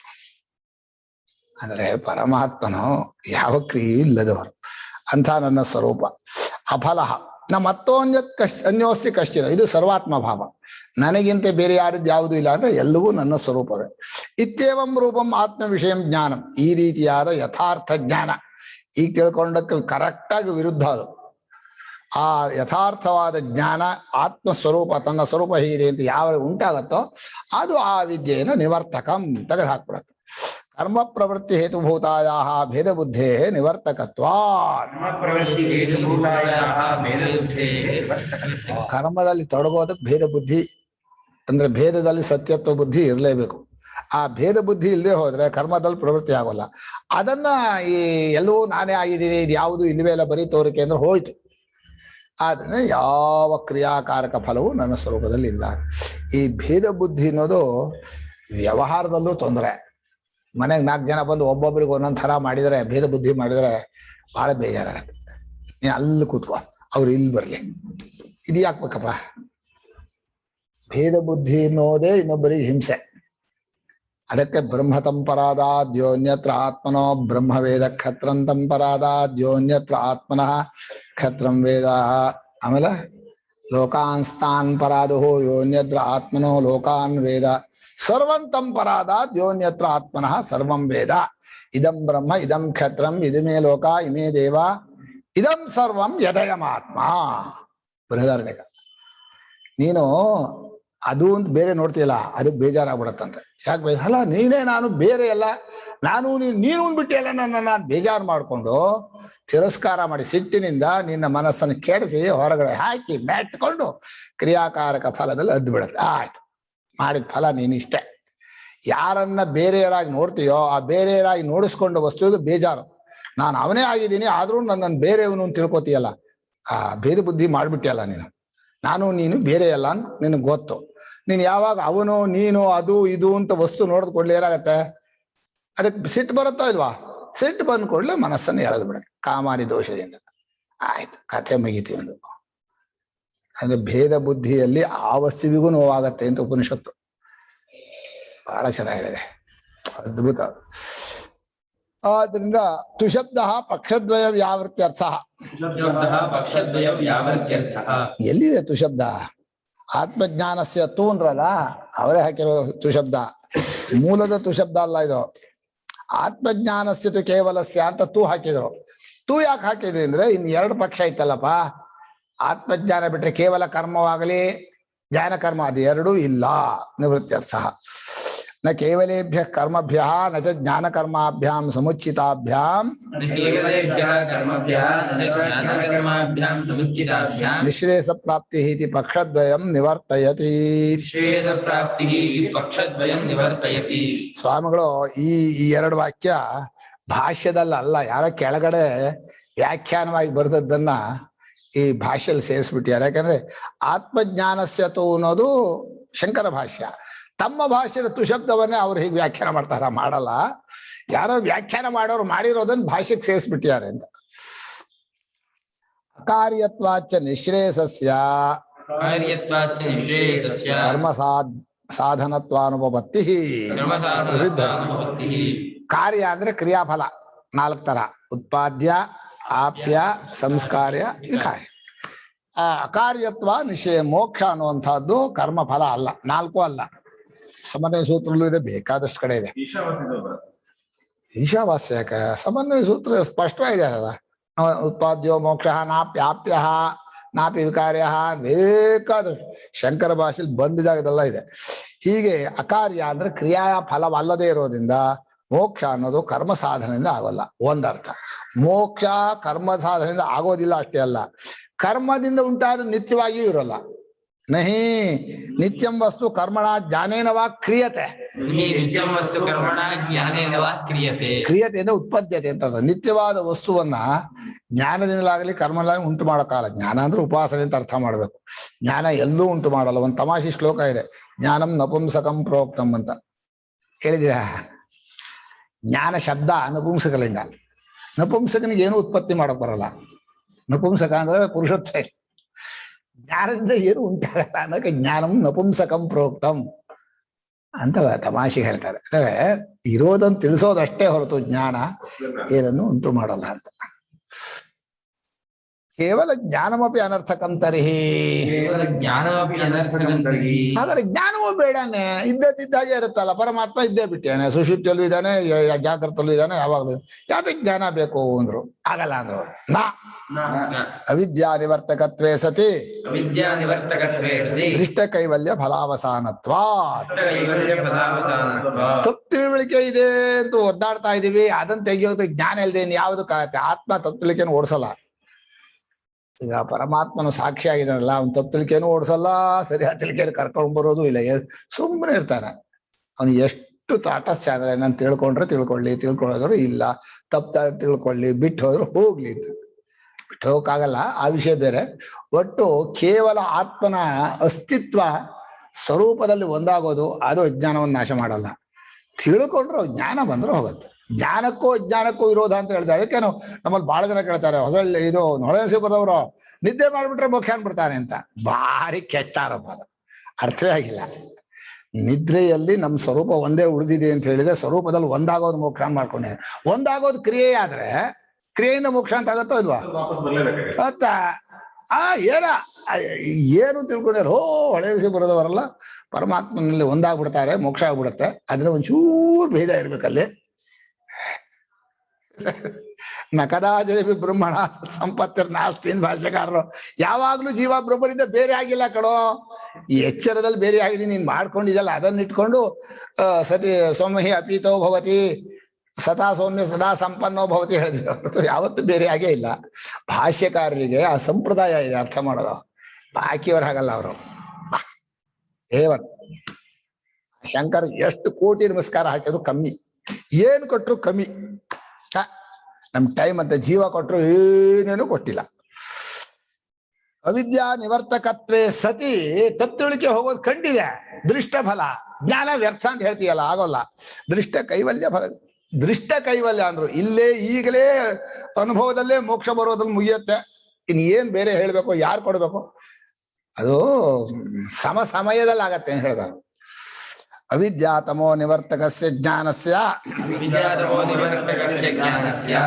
ದೃಷ್ಟಂ ಕೈವಲ್ಯ ಫಲಾವಸಾನತ್ವಂ. ಅವಿದ್ಯೆ ಏನು ಅಂತ ಒಂದು ಕತ್ತಲೆ ಅಂತ ಇಟ್ಕೊಂಡ್ರೆ, ಆ ಜ್ಞಾನ ದೀಪದ ಹಾಗಿದೆಯಲ್ಲ, ಅದು ಬಂದು ಕತ್ತಲೆ ಓಡಿಸುವಾಗ ಅವಿದ್ಯೆಯನ್ನು ಕಳೆಯತ್ತೆ ಅಷ್ಟೆ. ಅದನ್ನ ಕಂಡಿದೆ.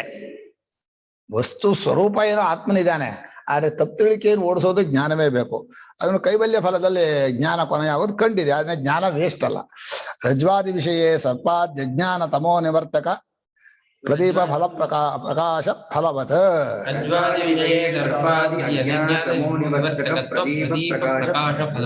ಈಗ ಹಾವು ತಿಳ್ಕೊಂಡ, ತಪ್ಪಾಗಿ ತಿಳ್ಕೊಂಡ್ಮೇಲೆ ನೀವು ಹೋಗಲ್ವಾ? ಯಾಕ? ಮೊದಲಾದ ವಿಷಯದಲ್ಲಿ ಸರ್ಪ ಮೊದಲಾದ ಅಜ್ಞಾನ ಆಯ್ತು. ಅಜ್ಞಾನ ಇವು ದೀಪ ಬಂದೇನು ಇದ್ದ ಹಗ್ಗನ ಏನು ಮಾಡಲ್ಲ, ಇದ್ದದನ್ನ ಇದ್ದಾಗೆ ತಿಳಿಸುತ್ತೆ. ದೀಪದಿಂದ ಏನ್ ಪ್ರಯೋಜನ ಅಂತ ಕೇಳಿದ್ರೆ ಆ ಹಗ್ಗ ಹೋಯ್ತಲ್ಲ, ಇದು ಹಾವು ಹೋಯ್ತಲ್ಲ, ಅದೇ ಪ್ರಯೋಜನ. ಸರ್ಪಾದ್ಯಜ್ಞಾನ ತಮೋ ನಿವರ್ತ. ಸರ್ಪದ ಹಾವು ಮೊದಲ ತಪ್ಪು ತಿಳುವಳಿಕೆ ಹೋಗೋದು ಕಂಡಿದೆಯಲ್ಲ. ದೀಪ ಇದ್ರು ದೀಪ ಇಲ್ಲದೆ ಇದ್ರು ಹಗ್ಗ ಹಗ್ಗವಾಗಿಯೇ ಇರುತ್ತೆ ಅಂದ್ರೆ ಹೌದು, ಹಗ್ಗ ಹಗ್ಗವಾಗಿಯೇ ಇರುತ್ತೆ, ಆದ್ರೆ ಅಜ್ಞಾನ ಎಲ್ಲಿ ಹೋಗಿರುತ್ತೆ? ಹೌದು. ಆಮೇಲೆ ಬೇರೆ ಕಡೆ ಹೋದ್ರು ಹಾವು ಅಲ್ಲಿದೆ ಅಂತ ಅನ್ಸತ್ತೆ. ಪೂರ್ತಿ ಕತ್ಲೆ ಆಗಿ ಚೂರು ಕಾಣದೆ ಹೋದ್ರು ಹಾವು ಅಲ್ಲಿದೆ ಅಂತ ಅನ್ಸತ್ತೆ. ಗೊತ್ತಾದವನಿಗೆ ಯಾವಾಗ್ಲೂ ಇಲ್ಲ ಅಂತೂ ಗೊತ್ತಾಗತ್ತೆ. ತಿಳ್ಕೊಂಡಾಗ್ಲೂ ಇಲ್ಲ, ಹಿಂದೂ ಇರ್ಲಿಲ್ಲ ಮುಂದೂ ಇರ್ಲಿಲ್ಲ ಅನ್ನೋದು ಸುಮ್ಮನೆ ಪ್ರಾತಿಭಾದಿಕ ರಜೋತ್ಪತ್ತಿ, ತಲೆ ಕೆಡ್ಸೋಕೆ. ಪ್ರಪಂಚದಲ್ಲಿ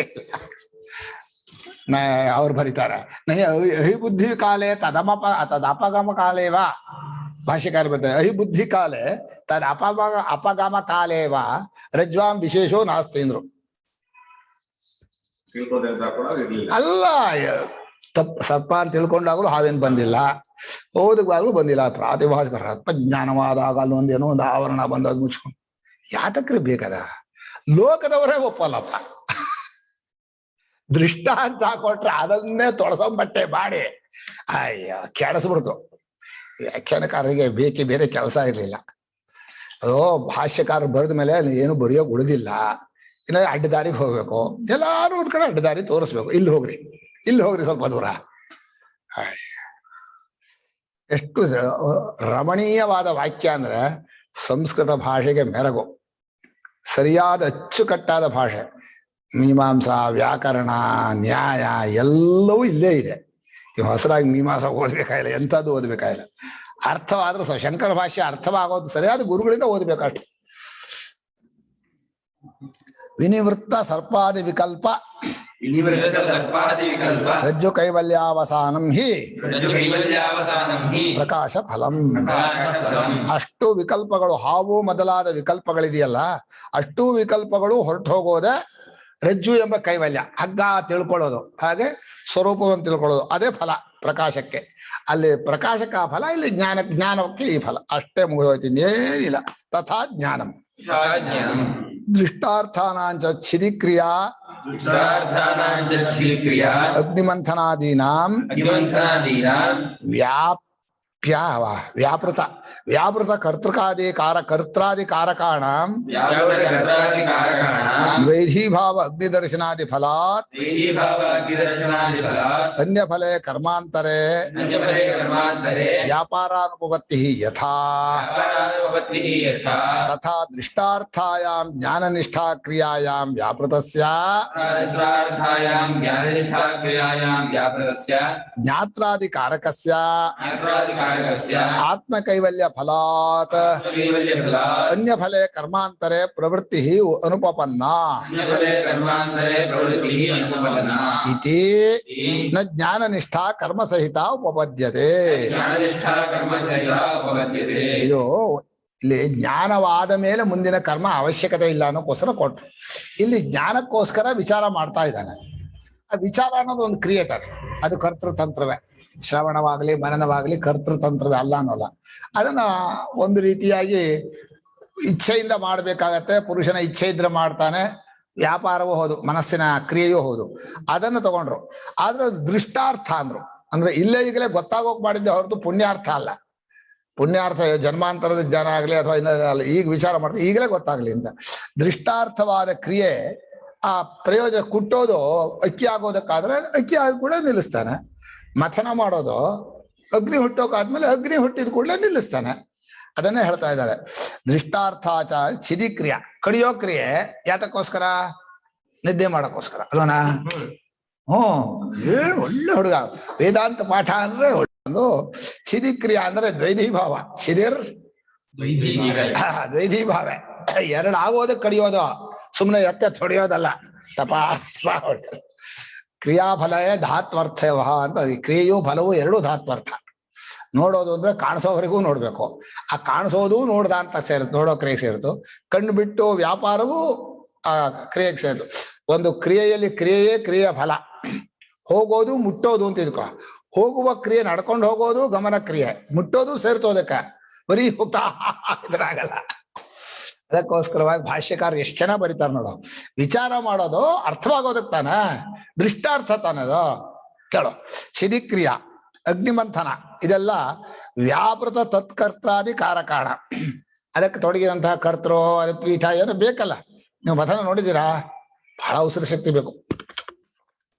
ಆಜಿ ಮಂಥನ, ಗುರಿ ಕಟ್ಟಿ ಓಡೋದು, ಆ ಗುರಿ ಕಟ್ಟಿ ಓಡೋರು ನಡುವೆ ಬಿದ್ದು ಬಿಡ್ತಾರೆ, ಕಾಲು ಹೇಗೆ ಬಡಿತಾ ಇರ್ತಾರೆ, ಅವ್ರಿಗೆ ಗ್ಲೂಕೋಸ್ ಕೊಡ್ತಾರೆ, ಎಲ್ಲ ಸತ್ತೇ ಹೋಗ್ಬಿಡ್ತಾರೆ. ಉಸಿರಾಟ ಬಹಳ ಫಾಸ್ಟ್ ಆಗತ್ತೆ. ಹೀಗೆ ಇದೆಲ್ಲ ವ್ಯಾನಕ್ರಿಯೆ ಅಂತ ಅಂಥದ್ದು. ಅಪ್ರಾಣನ್ ಅನಪಾನನ್ ಅಗ್ನಿಂ ಮಂಥತಿ. ಉಸಿರು ಬಿಡೋ ಹಾಗಿಲ್ಲ, ಉಸಿರು ತಗೊಳ್ಳೋ ಹಾಗಿಲ್ಲ, ಕಟ್ಟಬೇಕು. ಹಾಗೆ ಅಗ್ನಿಮಂಥನ, ಶಿದಿಕ್ರಿಯಾ ಇವುಗಳಲ್ಲಿ ವ್ಯಾಪಾರದ ಕಾರಕಗಳಿಗೆ ದ್ವೈಧೀಭಾವ ಅಗ್ನಿ ದರ್ಶನಾದಿ ಫಲ. ಅದು ಎರಡಾಗೋದು, ಅಗ್ನಿ ದರ್ಶನವಾಗೋದು, ಅಲ್ಲಿ ಸ್ಟಾಪ್, ಅದೇ ಫಲ. ಅನ್ಯ ಫಲೇ ಕರ್ಮಾಂತರೇ ವ್ಯಾಪಾರ ಪದೇ. ಅಗ್ನಿ ಬಂತು ಇನ್ನೂ ಮಥನ ಮಾಡು ಅಂದ್ರೆ ಅವ್ನು ದಡ್ಡ, ಎರಡಾಯ್ತು ಇನ್ನೂ ಕಡಿ ಅಂದ್ರೆ ಅವ್ನು ದಡ್ಡ. ಇನ್ ಬೇರೆ ಕರ್ಮಾಂತರ ಇಲ್ಲ. ಕರ್ಮಾಂತರ ಅಂದ್ರೆ ಆ ಕ್ರಿಯೆಗಳು ಮುಂದುವರ್ಸೋಲ್ಲ, ಗೊತ್ತಾಯ್ತು. ಬೇರೊಂದು ಕ್ರಿಯೆಯನ್ನು ತಗೊಳ್ಳಲ್ಲ. ವ್ಯಾಪಾರ ಅನುಭವತಿ ಯಥಾ, ಅದು ಹೇಗೋ ತಥಾ ದೃಷ್ಟಾರ್ಥಾಯಾಮ್ ಜ್ಞಾನನಿಷ್ಠಾ ಕ್ರಿಯಾ. ಇಲ್ಲಿ ಜ್ಞಾನನಿಷ್ಠಾ ಅಂದ್ರೆ ಜ್ಞಾನಕ್ಕೋಸ್ಕರ ತತ್ಪರತೆಯಿಂದ ಅಲ್ಲೇ ಮುಳುಗಿರೋದು. ಶ್ರದ್ಧಾವಾನ್ ಲಭತೆ ಜ್ಞಾನಂ. ಫುಲ್ ಟೈಮ್ ಅವನ ದೇಹದಲ್ಲಿ ಎಷ್ಟು ಯೋಗ್ಯತೆ ಇದೆಯೋ ಅಷ್ಟೂ ಟೈಮು ಅದಕ್ಕೋಸ್ಕರವೇ ಮೀಸಲು. ಜಪ ತಪಾಜನ್ಯ ಕರ್ತವ್ಯತಾಭಾವ ಪ್ರದರ್ಶನಾರ್ಥ. ಏನು ಜಪ ಇಲ್ಲ, ಏನು ತಪಸ್ಸಿಲ್ಲ, ಎಡ ಬಿಡದೆ ವಿಚಾರ. ಆಗತ್ತನ ಪೂಜೆ ಬಿಡ್ಬೋದನ? ಬಿಡಬಾರ್ದು. ಧರ್ಮಯಜ್ಞ ಹೊಳೆಯಲ್ಲಿ ಮುಳುಗೋದು. ದಿವಸ ಪಾಪ ನದಿ ಸ್ನಾನ ಮಾಡ್ತಾನೆ, ಕಾವೇರಿ ಸ್ನಾನ, ಬಹಳ ಒಳ್ಳೆ ಹುಡುಗ. ಅದ್ರ ಬಂದು ನಿದ್ದೆ ಮಾಡ್ಬಿಡ್ತೀಯ ಇದೆ, ಅದು ಸಾಧನ. ಇದು ವಿಚಾರ ಮಾಡೋದು ಫಲ. ಇಲ್ಲಿ ನಿದ್ದೆ ಮಾಡ್ಬಿಡ್ತಾನೆ, ಅದು ಇನ್ನ ಸಾಧನೆ ಜಾಸ್ತಿ ಆಗುತ್ತೆ. ವಿಷಯದಲ್ಲಿ ಪ್ರೇಮ ಅಂದ್ರೆ ಗುರು ಶಿಷ್ಯ ಪ್ರೇಮ ಒಂದೇ, ಬಾಕಿ ಎಲ್ಲ ಬರೀ ಸುಳ್ಳು.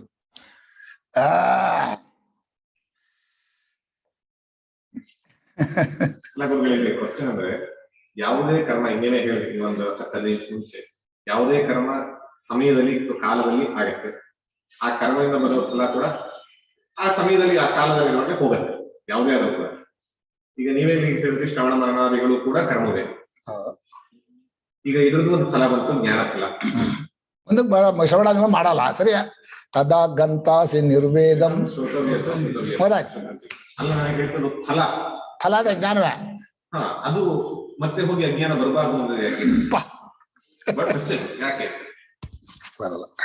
ಅದು ಗೊತ್ತಾದ್ಮೇಲೆ ಗೊತ್ತಾಗತ್ತೆ. ಇನ್ನು ಆಮೇಲೆ ಕೂತ್ಕೊಂಡು ಚರ್ಚೆ ಮಾಡೋಣ. ತಸ್ಯಾಪಿ ಬಾಧಕ ಜ್ಞಾನ ಅಂತ ನಿರಾಕಾಂಕ್ಷತ್ವ ಜ್ಞಾನಸ್ಯ.